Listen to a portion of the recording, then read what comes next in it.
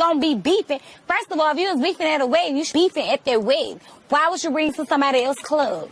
That's sad. It's upsetting me in my home, girl, because we feel like, well, damn, if you can't go to bed on no chase, what the hell could you got?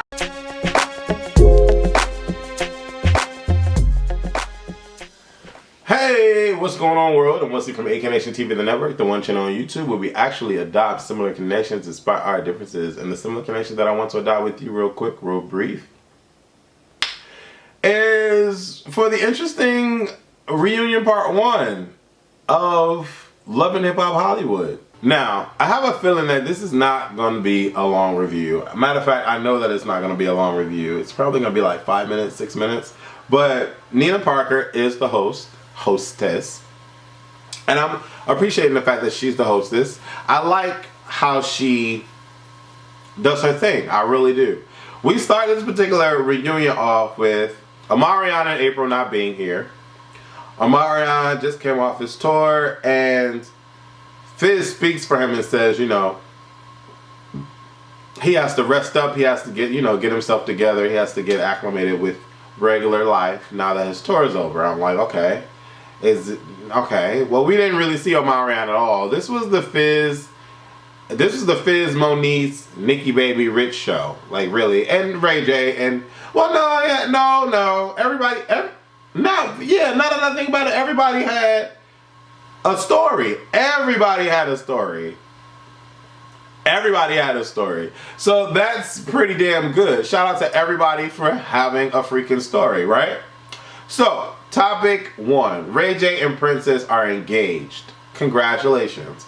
Princess says the cops dropped the case. Nina asked you, did you leak your own stories? Ray J says we had tried to hide it for 2 weeks. So the whole concept of Ray J releasing his own stories to TMZ. And you know, Teairra Marie says that you have TMZ on speed dial.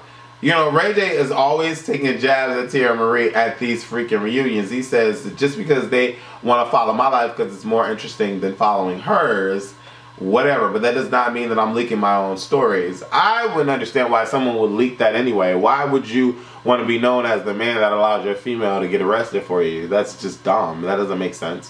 Why would you always want to be acknowledged as the man that's always cheating on or messing up the relationship? Why would you want to do that? That's not pretty hot and tempting. It really isn't. I like that Nina asked Teairra about, you know, her playing Princess in the sense that, you know, Princess was crying and being teary-eyed with Teairra, and Teairra really played her for dumb. And Teairra's response was, things just quickly went far left. I don't know if that was the best response, but at the end of the day, Teairra does not care. She doesn't care. And I guess we shouldn't either if she doesn't, and Princess clearly doesn't, because Princess is with Ray J getting engaged. Clapback 1. Moniece guns for Princess because Princess tells Teairra that he doesn't even want your fat ass. And Moniece claps back and says that, well, apparently he doesn't want you either. That's why you've been stuck in the house for 2 years. Then Princess comes on and claps back at Moniece, talking about you don't even have a roof over your head. Now, apparently there was some issues with her having shelter, because there wasn't Princess one that said that. I don't know where it came from, but Teairra quickly says she has a roof over her head. She has a roof over her head. She has a house. But Moniece is like, Bino. She gets up and she's like, Bino. And I'm like, what the hell is she talking about? She's like, that's my safe word, Bino. And then we get off the stage. I'm like, oh Lord, this girl is cray. This girl is cray. But I'm like, okay, yes, get off the stage, girl. We don't want you to do anything. We don't want you to do anything crazy. We don't want you to do anything crazy. We really don't. And so she gets escorted off the stage. And then Ray J makes this comment like, well, it's funny how she can dish it out, but she can't take the heat, and she's sitting in the motherfucking kitchen. And then Rich is like, well, see, what we're not going to do, okay? What we're not going to do is you're not going to dog her out in front of me. You know, we may be going through our situation, but I love Moniece, and we'll always love Moniece. I have a lot of love for her. And as long as we're dealing with each other, she will always have a roof over her head because I'm rich, okay? I said, okay, Rich. all right, homie. And he's like, I'm not going to sit here and condone this bitch assness, this bitch shit, this bitch's shit, whatever he said about bitches. And so Ray J gets his little ass up. And I'm like, Ray J, what you doing? What you doing, bruh? Sit down, bruh. Ray J, sit down somewhere, bruh. So, you know, Rich and Ray J, they exchange a couple words or whatever. But nothing happens, though. Fizz ends up saying that Moniece indeed does have a roof over her head. Marla comes onto the stage with Moniece, and we hear about the whole Moniece and Rich storyline. And, you know, Moniece has the opportunity to explain her side of things, and she starts to get emotional and all of that. She says she just wanted closure for the whole Fizz situation, and there was a lot that wasn't edited in to the final product. And Rich is like, yeah, I know, I understand the type of conversation that they have, but you gotta understand how I was feeling. But the way I'm feeling about this is because Nikki Baby points out a situation about a discussion that was had between Rich and Fizz. Before Rich even found out about the whole situation, he was trying to figure out how to get out of the situation. And I'm thinking to myself, why are you acting a hot fool when you find out that she says that she has those feelings for Fizz? Like, if you wanted to be out of the situation, but then, you know, Rich gets all upset and he's like, let me set the record clear. If I wanted to be out of this relationship, I would be out of this fucking relationship. Nobody's gonna keep me in this goddamn relationship. And I'm thinking to myself, I'm like, okay, I mean, you say that. That sound cute. That sound hot. But I'm like, whatever. Whatever, though. I don't know. I really thought that it was cool, Rich and Moniece being together. Hopefully they worked their situation out, right? So Moniece starts saying, you know, I was the one on the bus to see my son. It went from 6 hours, what did she say, 6 hours a day to 6 hours a week. And she started going in and in about her child and all this extra stuff.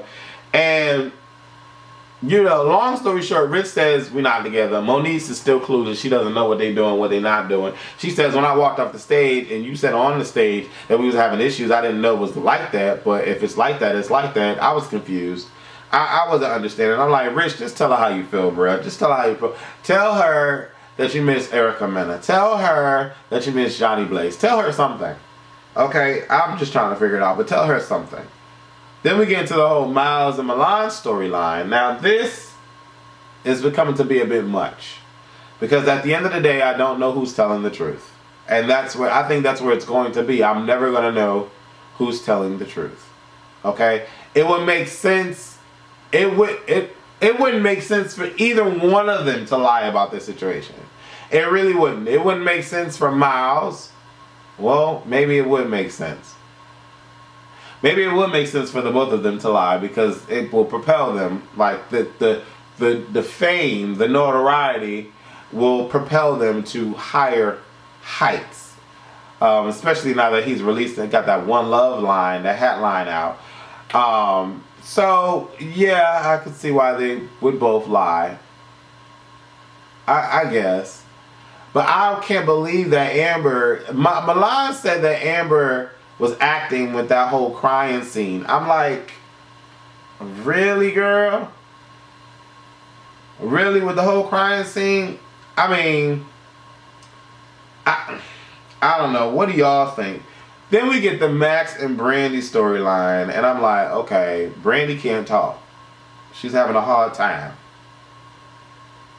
Then we get to the Fizz, Nikki, Kamaya storyline. Fizz apologized to Kamaya, and Nina asked Nikki if it was rude how, you know, Fizz, you know, said that women were appetizers. Nikki was like, yes, I think it is rude.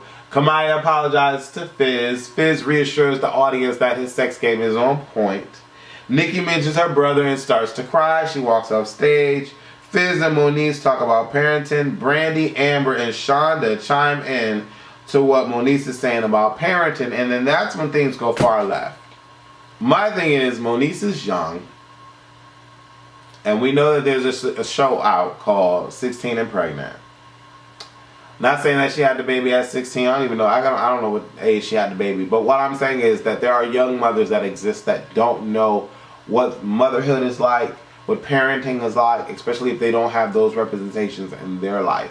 So when she was saying that she had to do this and had to do this and had to do that, I thought that was very brave for her to say that. Now, do I commend her, or I commend her on her bravery. But at the same time, I think that if you decide to lay down and allow a penis to ejaculate into your vagina, then you need to set full responsibilities of taking care of that child. That's just me.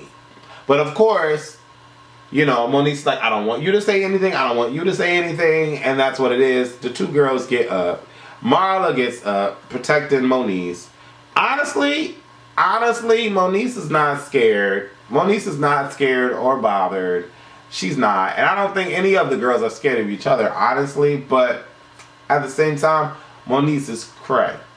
Moniece is cray. Don't let her sick being on you. I just don't let her sick being on you. I just, you know, when somebody has to walk off stage chanting something, you know not to mess with her. I need to know what y'all thought about this particular reunion. Leave your comments below and let me know what y'all think is going to happen in part 2 of Love and Hip Hop. Deuces. Before we started, just introducing extra things. Okay. So this is completely like your site. Like it's not ran through a third party. No. This is your site, launched by you. It's launched by me, created by me. And you have actual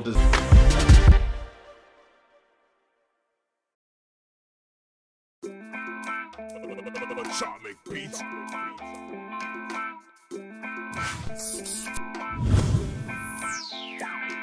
Break legs in the